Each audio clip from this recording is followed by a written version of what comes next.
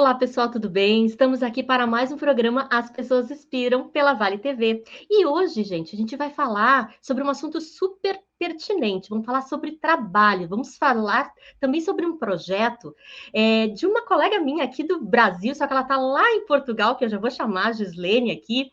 E a gente vai falar muito sobre divulgação científica, né, desse trabalho e esse projeto que ela tem, que é super pertinente aqui para a gente dar uma pensada sobre esse conceito. Gislene Halbrecht, ela que é doutora em processos e manifestações culturais e também idealizadora do projeto Coffee and Work Lab. Seja bem-vinda, Gislene.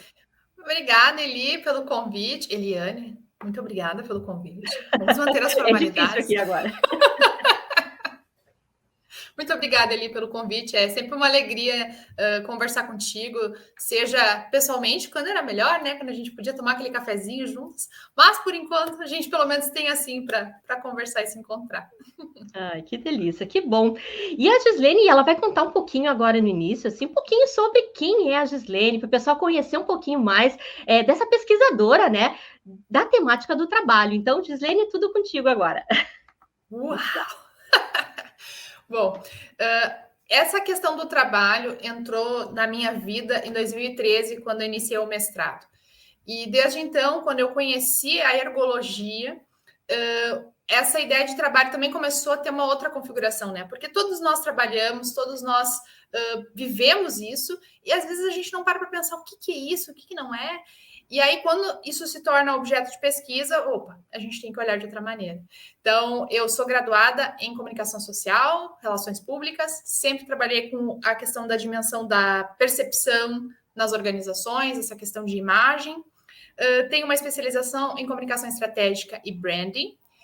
Fiz o mestrado e o doutorado, onde a Eli e eu fomos colegas, em processos e manifestações culturais na Fevale. Então, desde 2013 eu venho estudando esse tema do trabalho, que cada vez mais tem se tornado, né, um tema pop, uma buzzword quase, o trabalho se transformou, mas tem muito ainda para a gente discutir, pensar e principalmente transformar. Ai, que legal, né? E é um assunto super, super pertinente, né? E às vezes pouco explorado, né? Dentro da parte, principalmente quando tu trazes a ergologia. Eu queria que tu falasse um pouquinho, antes da gente entrar especificamente no projeto, o que é ergologia, né? Para o pessoal que não conhece o tema. Então, a ergologia é uma proposta de análise pluridisciplinar do trabalho. O que isso quer dizer, né? Um palavrão, né? Pluridisciplinar. A ergologia tem como pressuposto de que uma disciplina não vai ser suficiente para a gente entender o trabalho.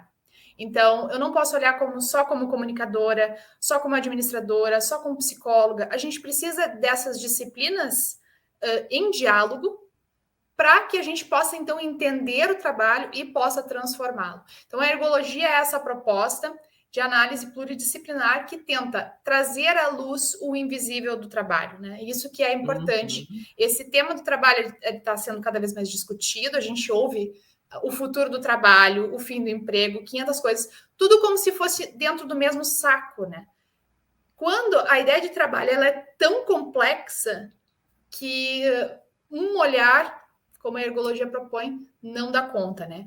Então, a grande questão é a gente se entender também como ser único nesse processo, né? Eu geralmente trago a ideia do artista e da obra, porque a gente, quando vê uma pessoa fazendo uma obra de arte, a gente se dá conta de uma delicadeza, de uma sutileza que tem ali. Só que, independente do que a gente esteja fazendo, a gente tem essa sutileza, essa delicadeza fazendo parte. Só que a gente prefere deixar essa parte de lado e deixa só a parte bruta e vir à tona e tomar conta da nossa vida, né? Então, a ergologia vem com uma proposta para a gente chegar nesses pontinhos aí. Legal, legal. E é muito legal, né? Eu acho que tu tens uma coisa muito interessante, né? Que é trazer essa parte acadêmica para a sociedade de alguma maneira, né? E aí a gente agora já vai começar a falar um pouquinho sobre o que é o Coffee and Work Lab, né? E aí eu vou passar um videozinho aqui só para a gente entender um pouquinho qual é a visão de trabalho da Gislene.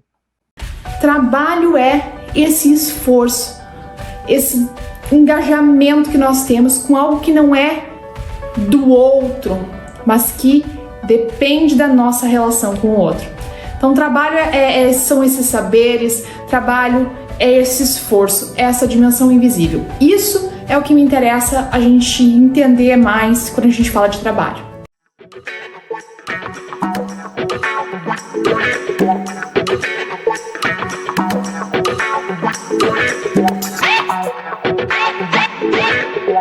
Uau, muito bom, Gislene, muito bom. Eu queria que tu comentasse um pouquinho desse vídeo que a gente viu, né? O que é essa percepção tua sobre o que é trabalho, então, propriamente dito. A grande questão é que, geralmente, quando a gente vai falar de trabalho, a gente está falando do salário que a gente ganha, das horas que a gente vende, da profissão que a gente escolheu, da nossa formação. E todos esses são conceitos correlatos ao trabalho, eles definem, né, muitos dos parâmetros do trabalho, mas eles, propriamente dito, não são o trabalho.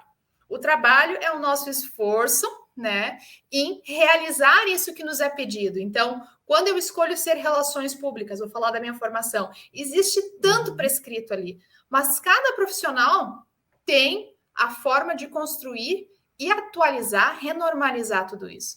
Então, o trabalho é essa dimensão, né? É isso que eu costumo dizer, que interessa a gente olhar para o trabalho. A gente vem de sistemas culturais que fazem com que a gente deixe isso em segundo plano, porque existem muitos outros problemas que acabam sendo mais relevantes dentro de um contexto da sociedade que a gente vive.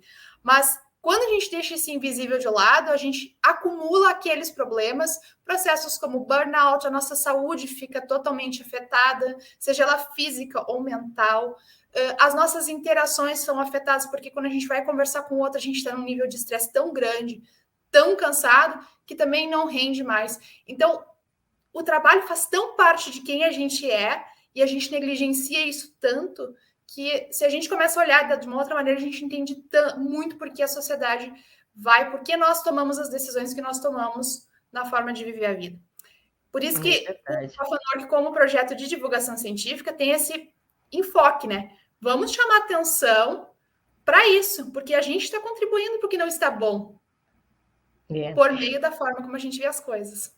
E uma coisa interessante na tua fala, assim, que eu acho que é super pertinente, até as pessoas que estão nos ouvindo aqui, é perceber de que desse trabalho que a gente faz, existe a proposta da singularidade, né? A gente coloca as nossas histórias, a nossa vida, né? Tudo que a gente aprendeu, né? Não que seja academicamente falando, né? Mas nossas experiências, tudo nesse trabalho, né? E às vezes essa parte da subjetividade ela fica um pouco afastada, né? A não sei que tu que está bem estudando essas questões, mas eu acho que está muito nisso, assim, né? Quando tu falas em burnout, essas coisas, né? Me parece uma ausência de si no trabalho. Queria te ouvir sobre isso. Então, eu evito usar esse termo da subjetividade, porque como a gente acaba indo para uma dimensão que é um termo muito da psicologia ou de formações que vêm desse lado que a gente não tem. Eu, como cientista social, olho para o indivíduo enquanto um ser social, né? Então, quando a gente fala de burnout dentro do ponto de vista que eu venho construindo, vem muito do cansaço, claro, mental, né, que está ali, mas que é resultado de a gente olhar só para a parte exterior do trabalho. Né? Vamos pensar, um exemplo assim que pode ser engraçado, enfim, pensar numa cebola, né? A gente olha só para a casca. Sabe aquele miolo, que é onde às vezes apodrece e a gente não pode mais usar cebola? É ali que está. É uma comparação meio tosca, mas é aí que entra a nossa questão. A gente fica tão focado na casca do trabalho, tão nos resultados, no salário, tudo isso, no nível no número de tarefas, em como ser mais produtivo, que a gente esquece de que tem um ser humano que tem determinadas condições físicas, que tem determinadas condições sociais, né? Determinada história, determinados saberes que já foi construindo, determinada abertura para construir novos saberes, e é ali que entra o nosso esforço, justamente, enquanto trabalho. Só que como a gente não olha para isso, pode ser isso, como tu coloca, a gente não olhar para si, não se vê como ator nesse processo. Eu não usaria a questão da subjetividade por questão de não ser cientista desse enfoque, né? Mas como cientista social, sim, falta um olhar nosso enquanto nós em interação com o outro, na nossa interdependência com o outro, né? Enquanto a nossa relação se afeta. E isso define, sim, quem nós somos, né? Sem dúvida, que legal, que máximo. E agora, Gil, eu queria que tu comentasse com a gente o que é o Coffee and Work, né? Como ele surgiu, quando ele surgiu e por que ele surgiu, né?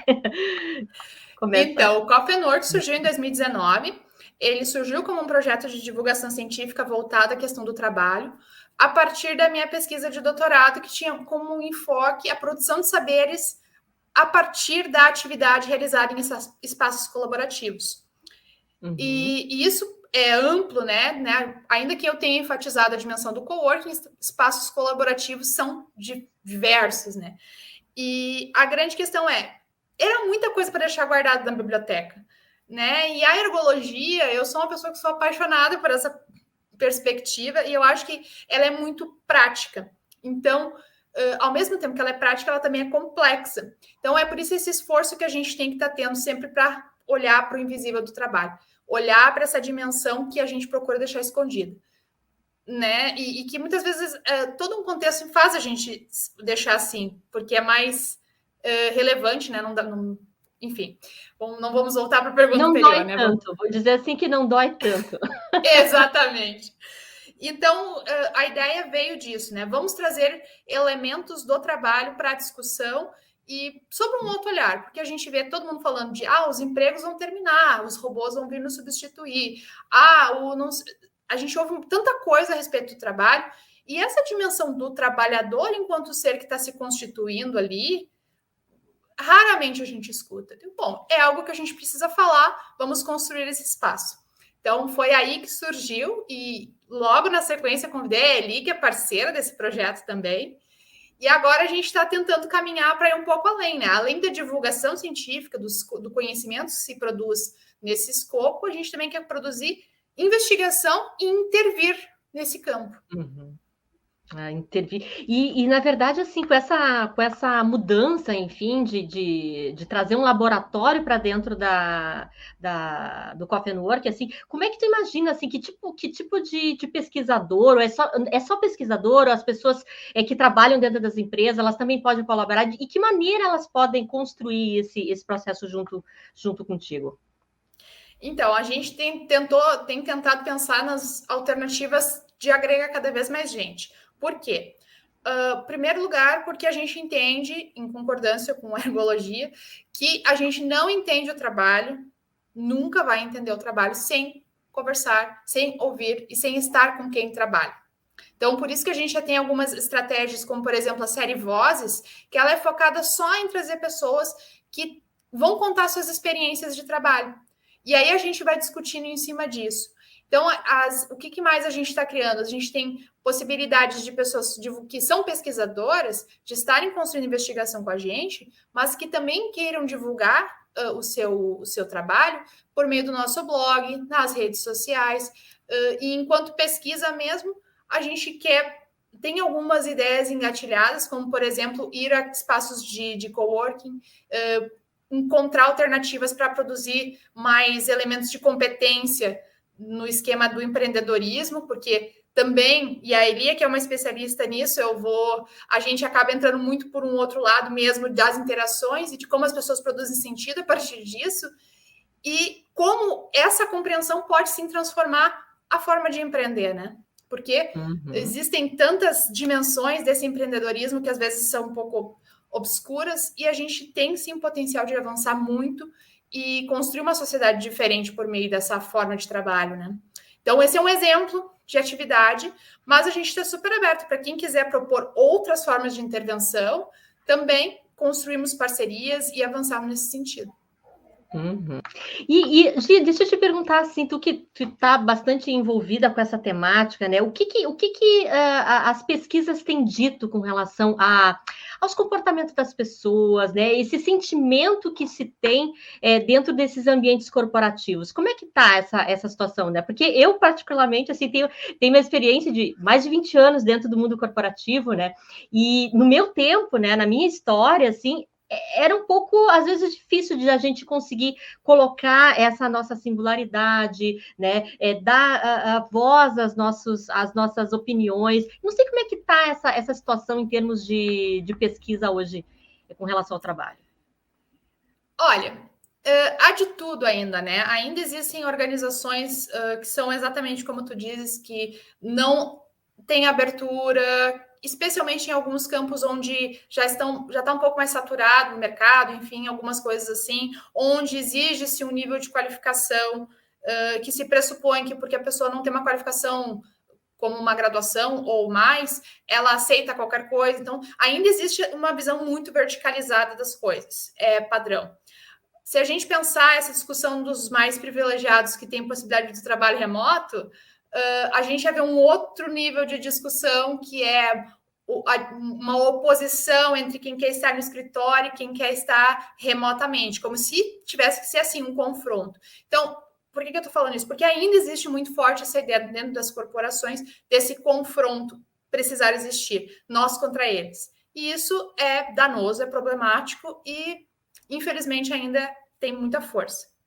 Entretanto, existem alguns profissionais de alguns campos que já conseguem impor determinadas coisas. Então, eu não trabalho se eu não tiver oportunidade de me expressar e de construir coisas de tal maneira.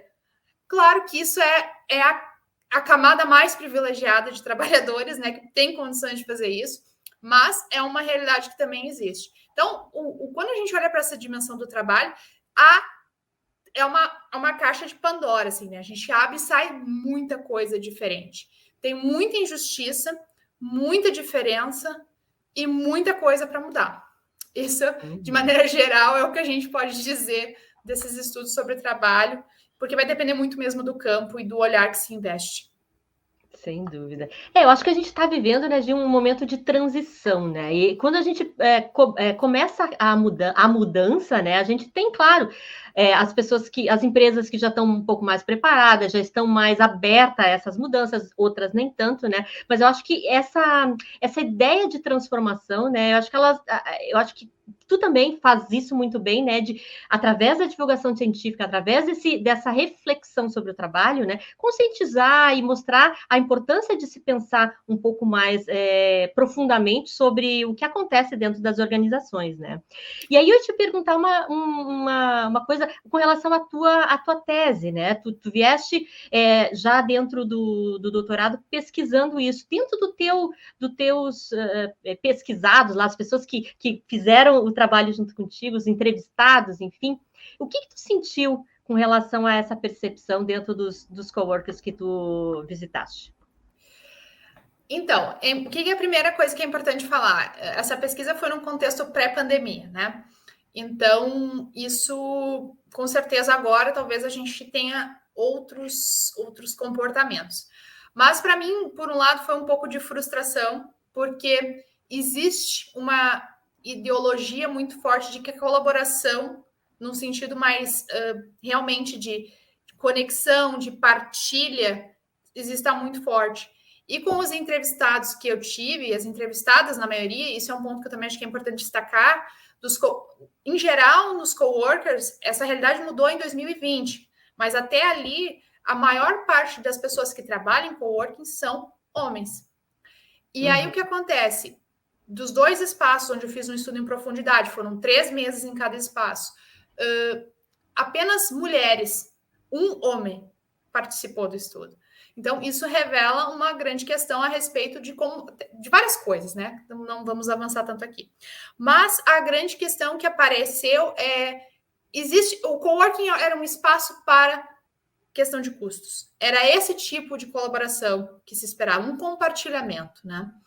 E a ideia de trabalho era muito produtivista. Então, eu quero estar ali porque ali eu consigo focar, eu consigo separar, né? E aí vem uma outra coisa que é um embate, uma discussão que eu venho fazendo há muito tempo, que é a gente tem uma vida só. Então, eu não posso ficar separando minha vida pessoal da minha vida profissional. Eu posso fazer separação entre essas dimensões, mas eu preciso partir do princípio de que eu tenho uma vida só. E que o que eu faço num espaço afeta o que eu vivo no outro espaço. Então, é uma questão de linguagem? Mas a linguagem formata o nosso pensar. O nosso pensar define os nossos valores, que definem o nosso agir. Então, precisa mudar a forma de entender isso. Né? Se a gente não olhar a vida como uma coisa única, a gente vai continuar desperdiçando e esse invisível ficar cada vez mais invisível até que a gente se torne um ser mecânico. Né? É verdade. E é uma coisa muito, muito louca, né? Porque eu lembro, assim, quando eu comecei no meu trabalho mesmo, um dos primeiros empregos, a pessoa que me contratou me disse assim, Eliane, olha só, aqui dentro é o seguinte, ó, tu veste a camiseta, né? Veste a camiseta e o teu lado, se tiver algum problema em casa, deixa ali lá e entende? Então, assim, realmente era uma visão muito mecanicista, muito. Nossa, eu tinha 17 anos, né? Eu já achei louco aquilo naquele tempo, imaginar agora, e aí ainda a gente vê algumas coisas acontecendo nesse sentido, né? Mas assim, te pergunto, dentro de um processo de intervenção, por exemplo, dentro desses espaços, né? Existe a possibilidade, como é que assim seria o início de uma ideia de transformação que tu enxergas? Assim, qual seria de uma forma, se fosse uma consultora, tá? Como é que se começa a fazer um trabalho desse dentro das organizações? A primeira coisa é entender de fato o estado atual das coisas, né? Eu sou formada em relações públicas, como eu disse antes, e às vezes, e uma das grandes bases da formação é pesquisa. Mas tem jeitos e jeitos de fazer pesquisa interna, de clima ou qualquer coisa, né? E geralmente a gente acaba formatando para ouvir o que se quer. E quando se ouve o que não quero mais saber da pesquisa. Então, a primeira coisa que tem que se romper é essa visão linear das coisas ou essa visão deturpada, né, das coisas. É melhor encarar e entender qual é que é o estado atual. E aí, se existe uma diferença muito grande entre o que as pessoas esperam, como elas entendem, como elas vivenciam, e aquilo que a organização coloca como prática, se existe uma dissonância muito grande ali, em algum momento vai ter que existir diálogo e aprendizado coletivo. Não adianta, senão vai ser sempre aos trancos e barrancos. A empresa pode ter lucro? Pode. Mas, de novo, a gente está falando em trazer essa dimensão do trabalho invisível, que a gente tem uma vida só e que a gente quer melhorar a qualidade de vida. Afinal de contas, a gente incorpora tantas tecnologias para a nossa vida com o pensamento de que isso vai melhorar a nossa vida. Tem melhorado? Bom, aí depende também de quem fala, mas há evidências muito fortes de que não tem melhorado tanto assim. Então, quer dizer que nós estamos fazendo essa apropriação de maneira menos eficiente do que poderíamos. E, nesse sentido, as empresas precisam, sim, encontrar formas de fazer com que esse aprendizado aconteça. Vai custar? Pode ser, mas custo é uma questão de ponto de vista. Pode ser um investimento, né? A gente tem vários casos, né, de empresas que optam por fazer uma grande transformação no seu jeito de vivenciar o trabalho e que tem resultados ótimos. Uhum. Claro que o processo é, às vezes, doloroso, é complexo, né? Mas é uma fase que precisa ser vivida. Todos nós precisamos amadurecer para que a gente chegue num outro lugar, num outro patamar em termos de trabalho, né? É verdade, é verdade. E eu concordo muito contigo nesse sentido, né? Porque a gente realmente tem que iniciar o processo, né? Iniciar o processo às vezes não é fácil dentro de uma organização, né? Porque eu acho assim que a liderança ela tem que estar muito aberta também a querer mudar, né? Porque se ela não coloca isso como uma alternativa, né, para o bem-estar desse funcionário, né? E não enxerga nesse bem-estar dele, de certa forma, a produtividade acontecendo de uma maneira mais tranquila, de uma maneira mais leve, fica muito difícil das coisas realmente acontecerem, né? Mas eu fico muito feliz de saber disso, né? E ver que tem movimentação acontecendo nesse sentido, né? Existe, né? Eu sou um pouco atravessada em algumas coisas. Ele me conhece, sabe que eu tenho uma alma rebelde. Essa ideia, enquanto a gente mantiver essa ideia verticalizada de que alguém precisa nos guiar, eu acredito que a gente não vai avançar muito. Mas, claro que isso faz parte do processo de amadurecimento de todos nós, né? Então, as pessoas têm que entender que elas não precisam de alguém puxando elas, e o cara que é líder tem que entender que o papel dele enquanto líder, eu vou usar um outro papel que é o professor, ele não tem mais aquela configuração de alguém que te bate a régua na mão quando o teu comportamento não é o que se espera, ou quando tu não consegue entender como 2 mais 2 dá 4. Hoje o professor já se entende que ele tem uma configuração de estímulo, de incentivo, de fazer todo um outro processo de compreensão e de relacionamento, né? Então, se a gente vê a liderança dessa maneira, todos nós podemos ser líderes, porque nós podemos, com quem está no nosso entorno, fazer isso, tirar ou fazer com que cada um de nós faça o seu melhor e avance. Isso é produzir saberes por meio do trabalho, que a gente fala, né, ergologicamente. Produzir saberes no meio do trabalho é isso, é eu estar em inter-relação com quem está comigo e construir uma coisa nova a partir do que está ali. E trazer isso para a evidência. E não preciso de alguém com um cargo que tenha essa questão. Claro, como eu disse, tem essa alma rebelde. Eu estudei coworking porque eu enxergava ali uma possibilidade disso acontecer, mas a gente tem uma formatação social muito forte ainda vertical. Então, para mudar isso vai levar muito tempo, né? E dependendo com quem a gente conversa, às vezes até uma tristeza, porque não se vê luz no fim do túnel. Mas a gente vai tentando e vai continuando, no dia a gente chega lá. Não, bem legal. Não, assim, a questão até da liderança, né? Tu tocaste num ponto que para mim também eu concordo muito, que a liderança ela se expande, né? Qualquer um dentro da organização é líder de alguma coisa, né? Não pensar nessa liderança hierarquicamente, como você fala, né? Mas todos nós participa de um projeto, né? Tem influência, né? E a gente vai descobrindo tantos líderes dentro da nossa organização que a gente nem imaginava, né? Que trazem a nossa empresa para a sociedade de uma forma, através dos seus comunicados, do jeito que ela se expressa com relação até à própria empresa, né? Eu fico muito feliz, a gente está meio que acabando o tempo aqui já, né? Eu sei que tem muita coisa para falar, muito rápido, meu Deus.